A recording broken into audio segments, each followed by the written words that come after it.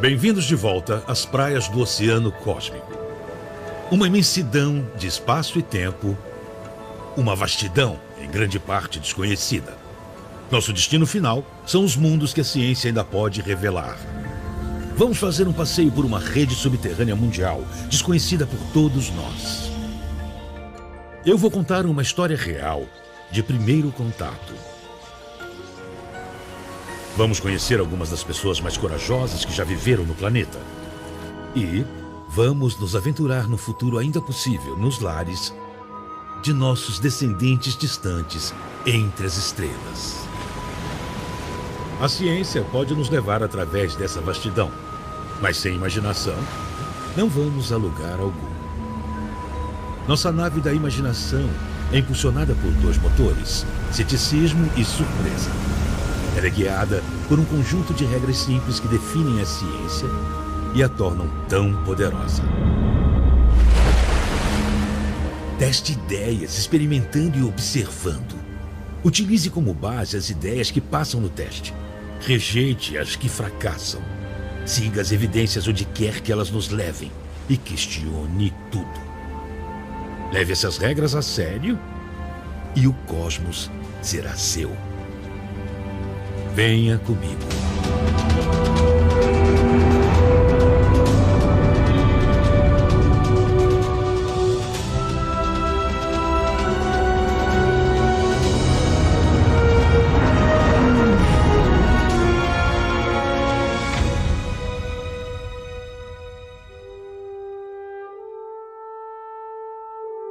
Versão brasileira Bravo Studios.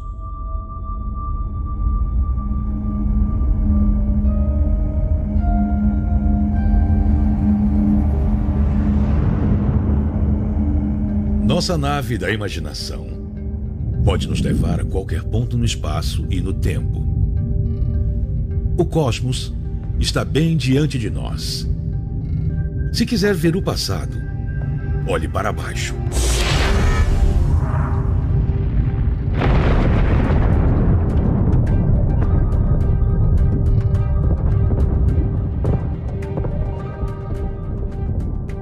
E se quiser ver o futuro, olhe para cima.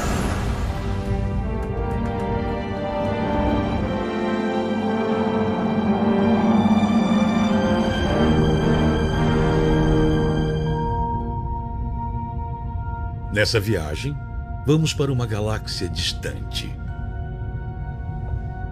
E vamos descobrir como nós, a nossa espécie, nos tornamos exploradores do cosmos. Ali está ela. A Voyager 1 da NASA. Lançada em 1977, é o objeto mais distante já construído por mãos humanas. Ela viajou muito desde o nosso último encontro. Percorreu mais de 2,5 bilhões de quilômetros. A Voyager está indo para outras bandas da nossa Via Láctea, mas nós temos outro destino, muito mais distante. O Oceano Cósmico é feito de espaço e tempo. Não posso me mover no espaço sem me mover no tempo. Nossa viagem nos levará para bem longe de casa. Percorreremos um pouco mais de 1 bilhão de anos-luz. Voltamos também 1 bilhão de anos para um evento tão violento que chegou a causar uma ruptura no tempo.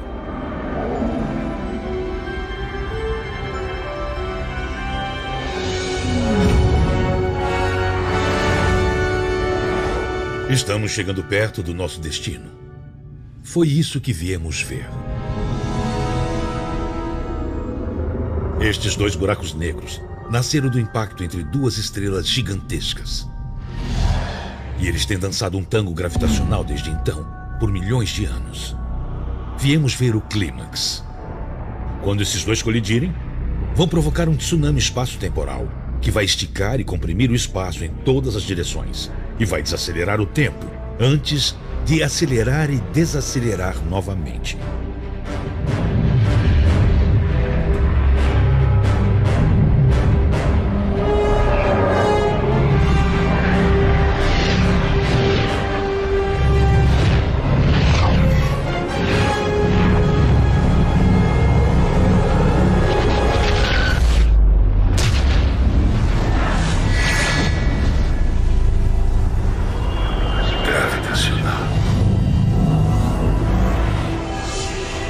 vai acelerar o tempo. Vão provocar um tsunami espaço-temporal. Esticar e no espaço das dias. 1 bilhão de anos.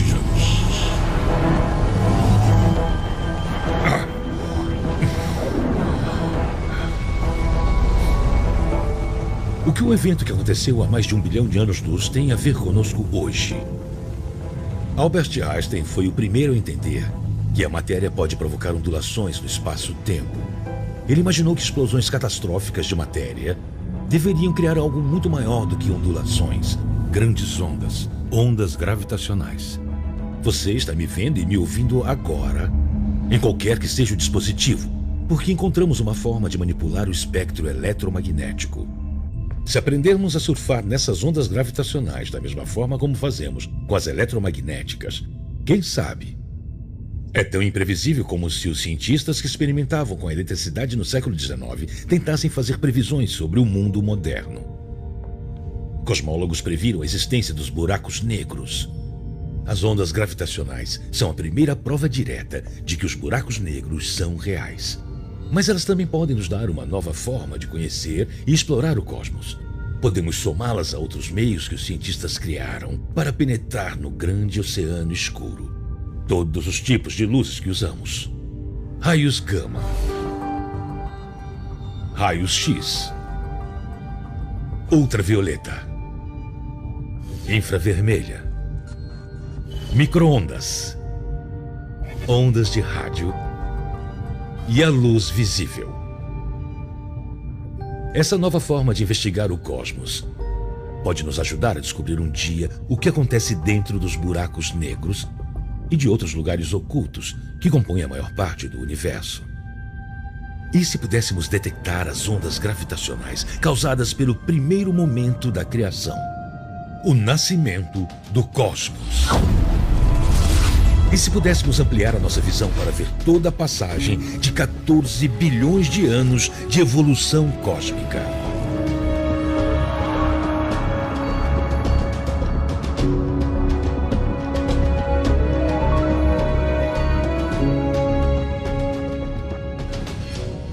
Então, como ficamos tão inteligentes?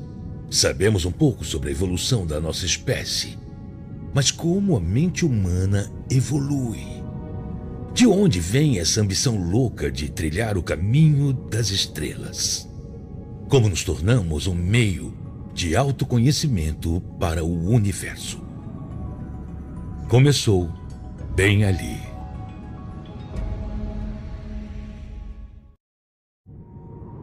O calendário cósmico é uma forma de compreendermos a vastidão do tempo. Pegamos todo o tempo desde o nascimento do universo até este exato momento e o comprimimos em um único ano. Nessa escala, cada mês representa um pouco mais de 1 bilhão de anos. Cada dia representa quase 40 milhões de anos. A nossa história começa com todas as outras vidas em nosso pequeno mundo. Cada ser vivo na Terra descende de uma única origem. Aconteceu na escuridão profunda do oceano, no dia 15 de setembro, há cerca de 4 bilhões de anos. Dentro deste minúsculo organismo unicelular, havia uma espécie de escada química, a dupla hélice do DNA. Poeira de estrelas. Oxigênio, carbono, nitrogênio. Elementos nascidos no centro de estrelas distantes se combinaram com o hidrogênio do Big Bang para ganhar vida neste pequeno mundo. Através de mudanças aleatórias e mutações nos genes, algumas das quais levaram a formas de vida mais bem-sucedidas, aquilo que chamamos de evolução por seleção natural. A escada cresceu, ganhando cada vez mais degraus. Foram necessários mais de 3 bilhões de anos para os seres vivos atingirem a complexidade das plantas e dos animais que conseguimos ver a olho nu.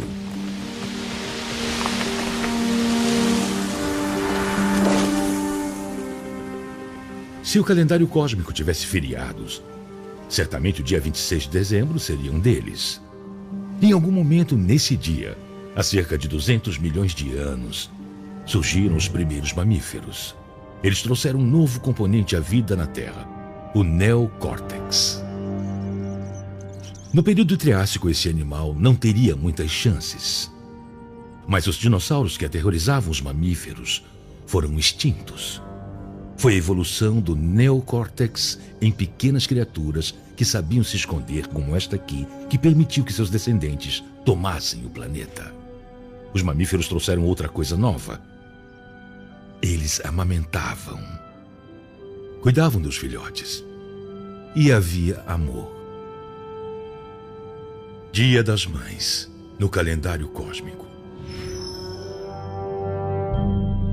A evolução por seleção natural significa que os seres vivos capazes de melhor se adaptar ao ambiente têm mais chances de sobreviver e deixar descendentes. A inteligência pode ser uma grande vantagem evolutiva. O destino deste planeta foi alterado para sempre por um evento que envolveu apenas 13 átomos. Qual o tamanho de 13 átomos? 1/400º do tamanho de um grão de sal. Uma mutação ocorreu no DNA de apenas um de nossos ancestrais.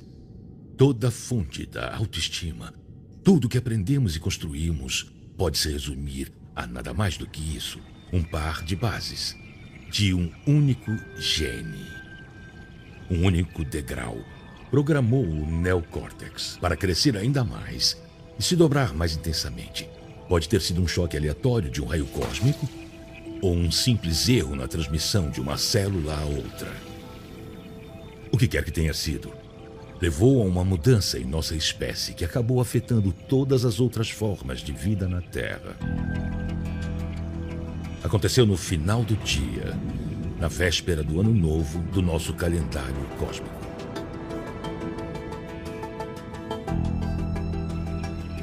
Pense nisso, para o bem ou para o mal. Nossa capacidade de sentir lealdade e preocupação por grupos cada vez maiores, nossa obsessão com algumas crenças, nossa capacidade de imaginar o futuro, nosso poder de transformar o mundo e de buscar respostas no cosmos. Até o próprio nome que demos à nossa espécie, Homo sapiens, em latim, pessoas sábias. Tudo isso se resume a nada mais do que um único degrau em nossa minúscula escada de DNA para as estrelas.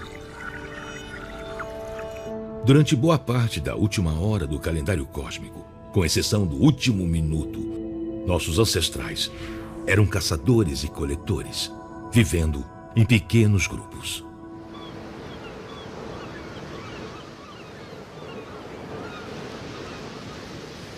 Sabe quando alguém dá de ombros e diz: "Ah, é da natureza humana"?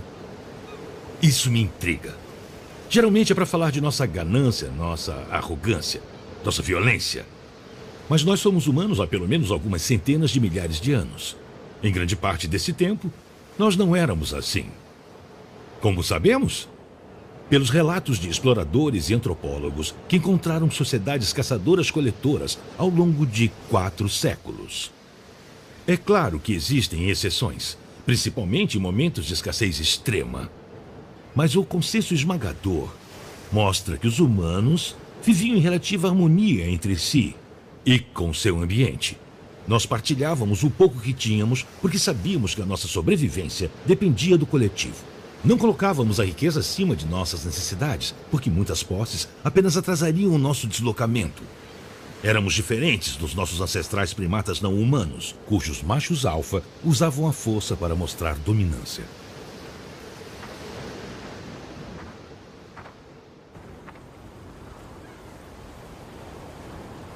E onde estava Deus? Em toda parte. Nas rochas, nos rios, nas árvores, nas aves e em todos os seres vivos. E assim foi a natureza humana por algumas centenas de milhares de anos. Eu estou no extremo sul da África, imaginando como as coisas eram durante esse período há milhares de anos.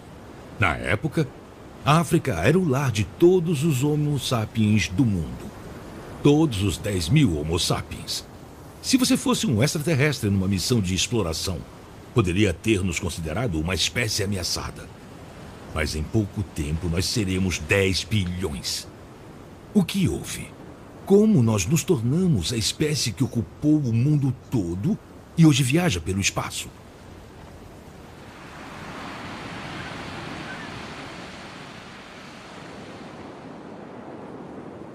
Bem-vindos ao primeiro laboratório da Terra. Estamos na caverna Blombus, onde a evolução da mente deu um grande salto. Nossos ancestrais realizaram experimentos químicos aqui, com um mineral rico em ferro. O ocre. Ele era usado para decorar objetos por causa da sua cor avermelhada, mas também tinha outros fins. Preservar couro animal, atuar como medicamento ou afiar ferramentas. Ou talvez repelir insetos. O ocre era decorado com símbolos, algo completamente novo no planeta Terra. Arte. Não servia para ser comido, não servia como abrigo, servia apenas para simbolizar algo. Ou apenas para existir. É como a escada ou a dupla hélice. O que quer que isso tenha sido, é o primeiro sinal que temos da cultura humana. Encontramos uma forma de deixar vestígios de algo distintamente humano. Uma forma de se comunicar, mesmo que enigmaticamente, com você e comigo. 100.000 anos depois. Um grande poder foi descoberto aqui, na caverna Blombus.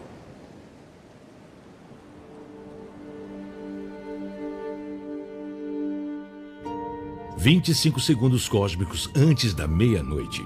Entre 10 e 12 mil anos no passado, os seres humanos descobriram outro grande poder.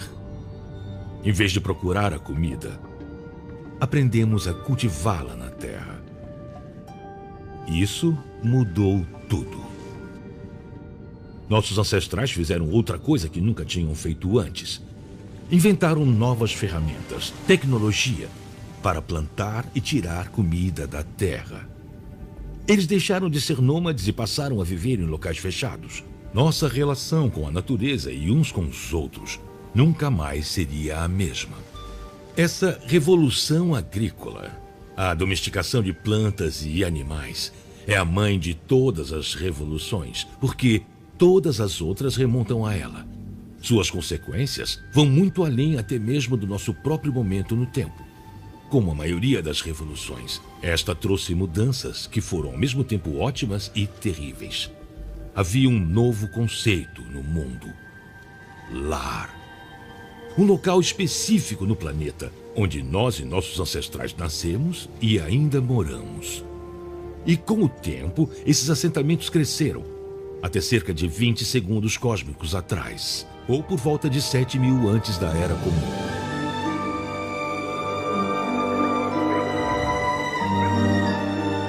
Bem-vindos a Çatalhöyük, uma comunidade na planície da Anatólia. Viajamos 9.000 anos no passado e todos já estão prontos para dormir. Hoje, aproximadamente o mesmo número de pessoas que já povoou toda a África vive nesta proto-cidade. A cidade é uma ideia tão nova que ainda nem inventaram a rua, nem a janela. Logo, a única forma de entrar em casa é subindo no telhado para chegar a uma abertura como esta. Mas em Çatalhöyük faltava algo mais significativo do que ruas e janelas. Não há palácios aqui. O alto preço que a invenção da agricultura cobrou da sociedade humana ainda seria pago. Aqui não havia domínio de uma minoria sobre a maioria. Não havia 1% da população que detinha uma riqueza imensa, enquanto quase todos os outros mal subsistiam. Análises forenses das mulheres, homens e crianças que viviam aqui mostram uma similaridade notável na dieta. Eles ainda valorizavam a essência dos caçadores-coletores, que era compartilhar. Çatalhöyük era igualitária. O mais fraco comia a mesma comida que o mais forte. E todos viviam no mesmo tipo de habitação. E as casas não eram nada banais. Venham, eu vou mostrar.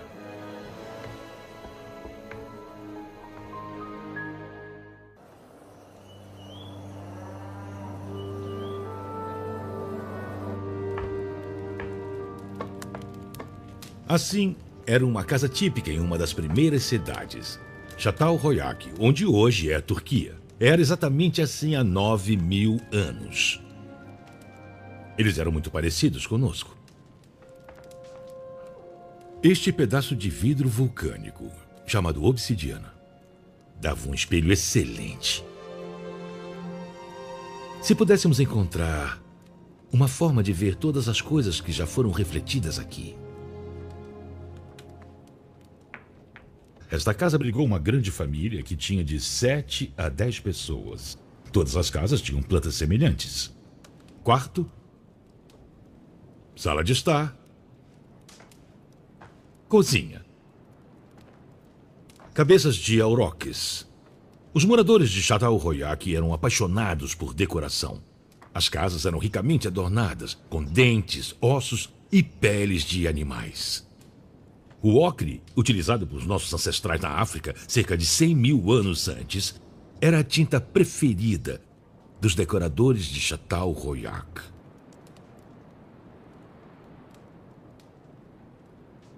E o ocre vermelho tinha outra aplicação profunda. Ele foi usado para criar uma forma de arte totalmente nova, o mapa.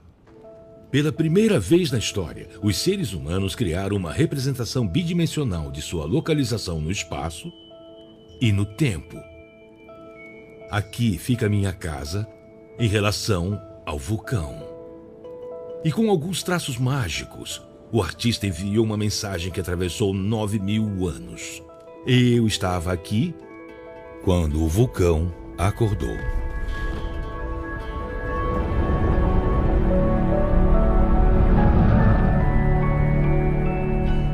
O experimento em Çatalhöyük foi um sucesso. E alguns milhares de anos depois, havia cidades por toda a parte.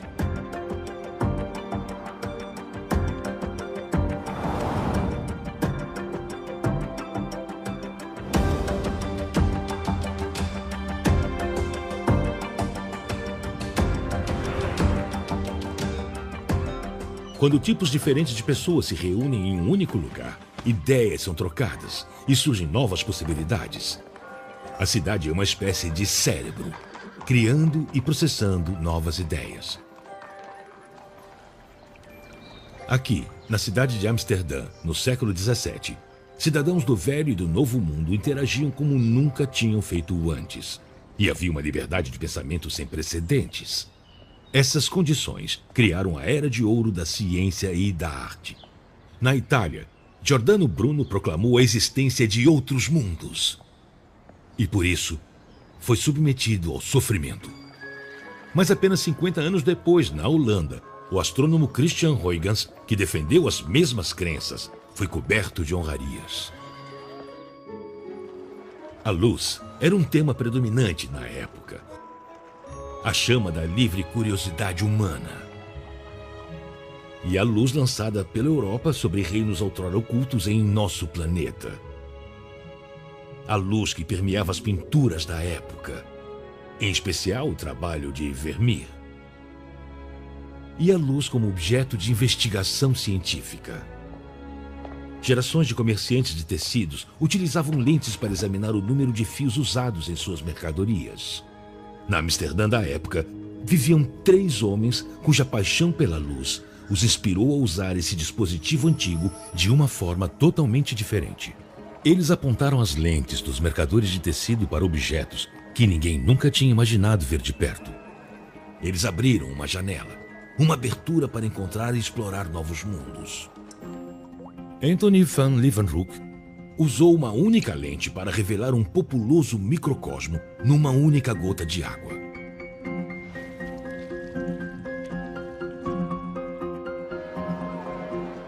Um amigo dele, Christian Huygens, usou 2 lentes para observar estrelas, planetas e luas com definição suficiente para revelar detalhes. Huygens foi o primeiro a ver que os anéis de Saturno não tocavam o planeta. E o primeiro a entender o que eles realmente eram. Ele também descobriu a maior lua de Saturno, Titã. Huygens, assim como Bruno, acreditava que as estrelas eram outros sóis, orbitados por seus próprios sistemas de planetas e luas. Mas por que não havia menção a esses outros mundos e seus seres vivos nos livros sagrados? Apesar da inquietação provocada por essa contradição nos corações e mentes dos líderes do iluminismo, somente um homem ousou encarar abertamente essa questão. Ele era outro mago da luz. Baruch Spinoza foi membro de uma congregação judaica de Amsterdã durante a adolescência. Mas aos 20 e poucos anos, ele começou a falar publicamente sobre uma nova visão de Deus. O Deus de Spinoza eram as leis físicas do universo. Seu texto sagrado era o livro da natureza. Os judeus de Amsterdã eram em sua maioria refugiados das terríveis inquisições na Espanha e em Portugal, onde muitos tinham sido torturados e mortos. Amsterdã tinha oferecido um refúgio aos judeus. Eles devem ter considerado as ideias radicais de Spinoza uma ameaça à segurança que conquistaram com esforço na Holanda. Eles excomungaram o jovem rebelde e decretaram que ele deveria ser banido para sempre. Spinoza aceitou a punição com dignidade, mas sem um vestígio sequer de submissão. Ele se mudou para uma cidade próxima, Haia, onde foi ainda mais longe, ousando escrever que a Bíblia não fora ditada por Deus, e sim escrita por mãos humanas. Spinoza escreveu: "Não procure por Deus nos milagres. Milagres são violações das leis da natureza. Deus é mais bem compreendido no estudo dessas leis." Ninguém jamais tinha dito essas coisas em voz alta antes. Spinoza sabia que estava testando os limites da livre expressão, mesmo na Holanda.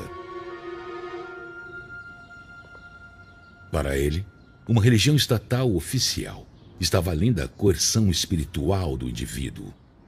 Spinoza considerava os eventos milagrosos das maiores tradições religiosas como superstições organizadas. Na visão dele, o pensamento mágico representava um perigo para os futuros cidadãos de uma sociedade racional e livre. Não poderia haver democracia sem separar a Igreja e o Estado. Ele escreveu um livro e suas ideias influenciaram a Revolução Americana e muitas outras revoluções. Na época, como hoje, alguns se sentiam ameaçados por essa visão de Deus.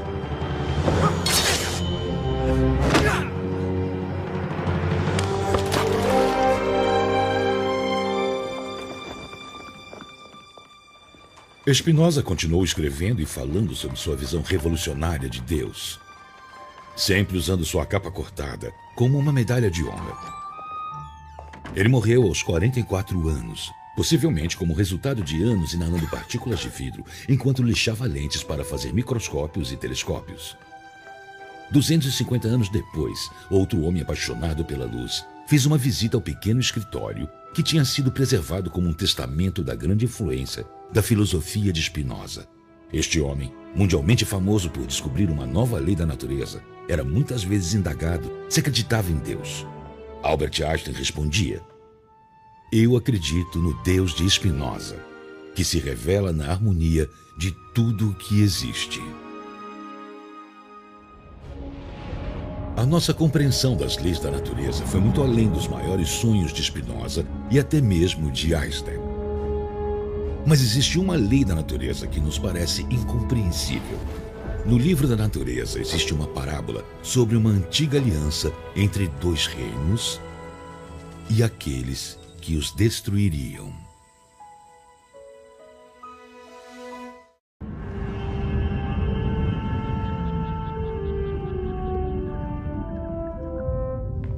Há muito tempo havia dois reinos.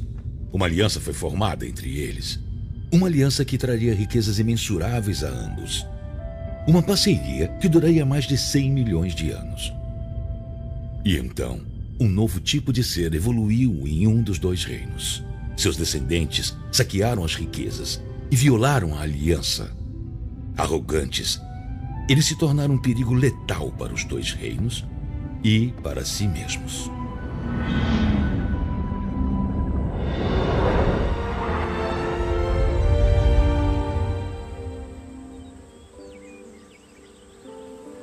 Essa parábola é verdadeira.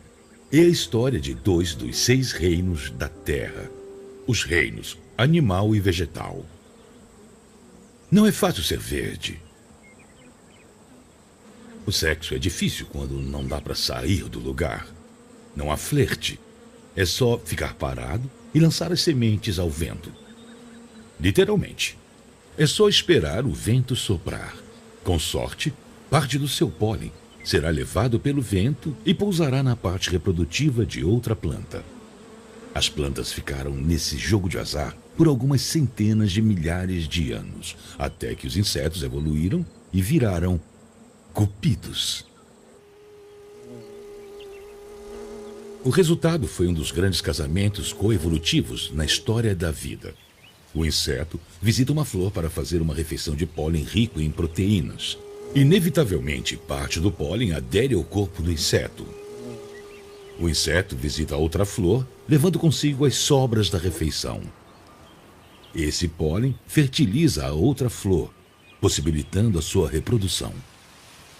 Foi um grande negócio para as flores e para os insetos, levando a uma série de deliciosos avanços evolutivos. Surgiu uma nova planta que produzia um néctar adoçado além do pólen. Então, os insetos não vinham apenas pelo prato principal, o pólen, mas também pela sobremesa. Os insetos ficaram mais gordinhos, desenvolveram corpos peludos e até pequenas bolsas nas pernas para pegar mais pólen nas visitas diárias às flores. E então, surgiram as abelhas, o que foi um bônus para outra espécie do reino animal: nós. Estamos em dívida com as abelhas e seus colegas polinizadores por algo ainda mais vital à nossa sobrevivência: 1/3 de todo o alimento que ingerimos, e isso também vale para os onívoros, só existe por causa delas. 35% das colheitas do mundo dependem da cooperação das abelhas. As plantas consomem luz estelar e nós, os animais, consumimos plantas. E as abelhas não só aumentam a quantidade de comida disponível. Nós devemos às abelhas grande parte da biodiversidade que tornou nosso suprimento alimentar tão confiável. Mas nós estamos matando as abelhas. E pela primeira vez, muitas espécies de abelhas estão ameaçadas de extinção.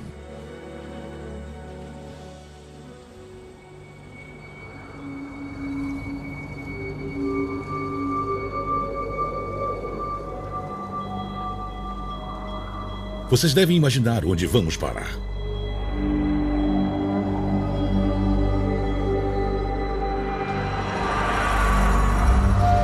Museu da Extinção.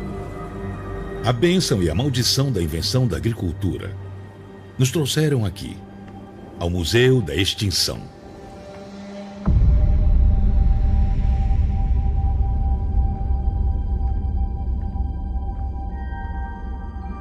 Um memorial para todos os seres vivos perdidos em eventos de extinção em massa na história da Terra. É um monumento aos galhos partidos na árvore da vida. 5 vezes na história da vida na Terra, os eventos cataclísmicos geológicos e astronômicos ameaçaram extinguir toda a vida. Mas a 6ª vez é diferente. Na última vez em que estivemos aqui juntos, esse corredor não tinha nome. Por quê? Porque na época não havia um consenso científico de que estamos vivendo um evento de extinção em massa. Isso mudou. Agora, esse corredor tem um nome. É nosso. O Antropoceno. Antropo, que em grego significa humano, e seno, que em grego significa recente.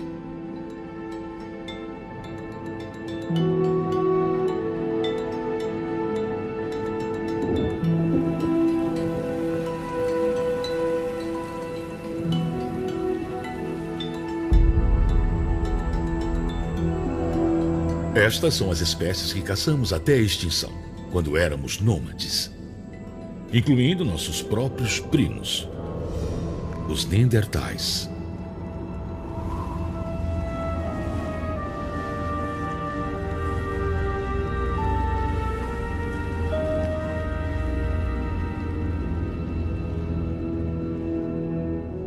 Qual é o problema da nossa espécie? Para onde quer que vamos, levamos a morte. Além daqui, está o futuro. Ainda não é tarde demais para evitar que esse museu aumente se fracassarmos.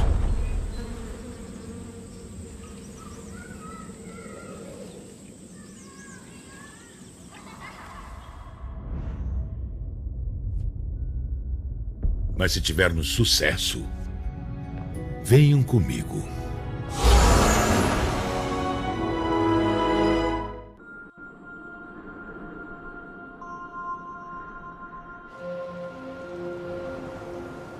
Em um possível futuro, a algumas décadas de distância, o projeto Starshot, uma flotilha de 1000 naves espaciais, vai partir da Terra.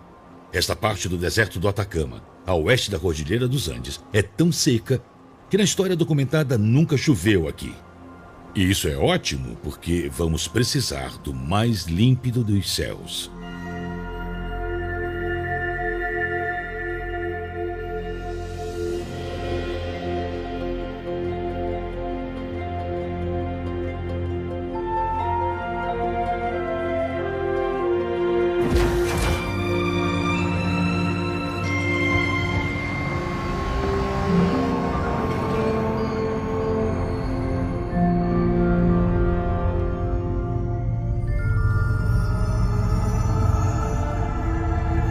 Não havia testemunhas quando a primeira forma de vida deixou a água e foi para a Terra. Ninguém estava lá para fazer um relatório de quando as primeiras aves dominaram o céu. Mas este grande salto será documentado de todas as formas imagináveis. O mundo todo está de olho. Afinal de contas, estamos enviando a primeira nave diretamente para planetas de outro Sol, o sistema Alpha Centauri. Estas são as naves que levarão nossos sentidos para o espaço. São naves interestelares, movidas à luz. Seus cascos pesam apenas 1 grama e não são maiores do que uma ervilha. Mesmo assim, são equipados com tudo que as Voyagers da NASA têm direito, e mais.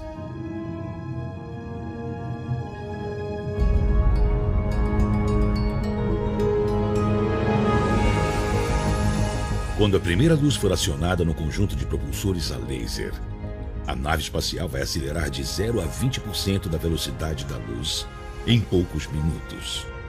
Cada uma das nanonaves leva tudo que é necessário para realizar o reconhecimento preliminar dos mundos de outra estrela e enviar essas informações visuais e científicas para a Terra. O espaço é em sua maior parte vazio, mas partículas de poeira minúsculas podem causar sérios estragos se colidirem com uma nanonave viajando a uma velocidade tão alta.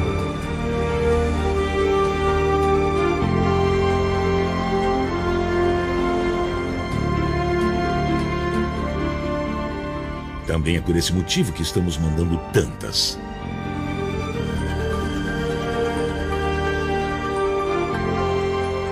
A Voyager 1 viaja a 61 mil quilômetros por hora. Ela partiu há mais de 40 anos. Essas nanonaves levarão apenas 4 dias para ultrapassá-la. É bem rápido, mas ainda assim é apenas 20% da velocidade da luz.